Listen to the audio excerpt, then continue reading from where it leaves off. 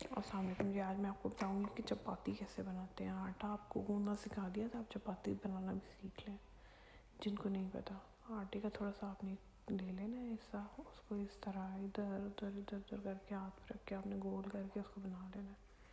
ठीक है, पेड़ा आपने दरमियाने साइज़ का लेना है ताकि जो आपकी रोटी है ना वो दरमियाने साइज़ की ही बने और पतली बने। ये रोटी को आपने ना, पेड़े को आपने अच्छे तरीके से किनारों से बारीक करके उसको बेलना शुरू कर देना है।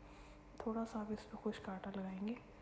जब साइड पलटेंगे, अगर आपको ज़रूरत फील होगी चिपक रहा है तो आप इसके ऊपर फिर से आटा लगा लेंगे। ठीक है, अब इसको आप हाथों से किसी रिश्तेदार को सोच के आपने इसके ऊपर बोसा निकालना है अच्छे तरीके से। दोनों तरफ आपने इसको अच्छी तरह इसको करते जाना है। जी बिस्मिल्लाहिर्रहमानिर्रहीम। हमने डाल दिया तवे के ऊपर, इसको आपने तवे पे डाल देना है और आपने एक साइड से अच्छी तरीके से पकता हुआ, जब आप देखेंगे ना ये अच्छे तरीके से पक गया है, वाइट हिस्सा ख़त्म हो गया है, ठीक है। और आँच आपने पहले से रखनी है गर्म तवे के ऊपर रोटी डालनी है। ठंडे तवे के ऊपर डालेंगे रोटी का सत्यानाश हो जाएगा। अच्छा जी, अब ये पक गई एक साइड से, हम इसको करेंगे, अब साइड पलट दी मैंने। ठीक है, आप वेट करेंगे तकरीबन 15 से 20 सेकंड, जब तक नीचे वो हल्के फूल नहीं बनेंगे, ब्राउन ब्राउन सा हो जाएगा तो आपने इसकी साइड पलट देनी है।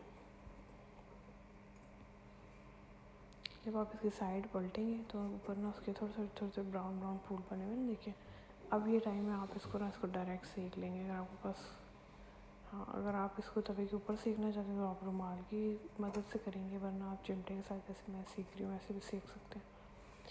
सेकना है, उसको जलाना नहीं है आपने। ठीक है, इसको बड़ा मॉडरेट रख के आपने ज़रा ताकि रोटी चारों तरफ से पक जाए, जले नहीं।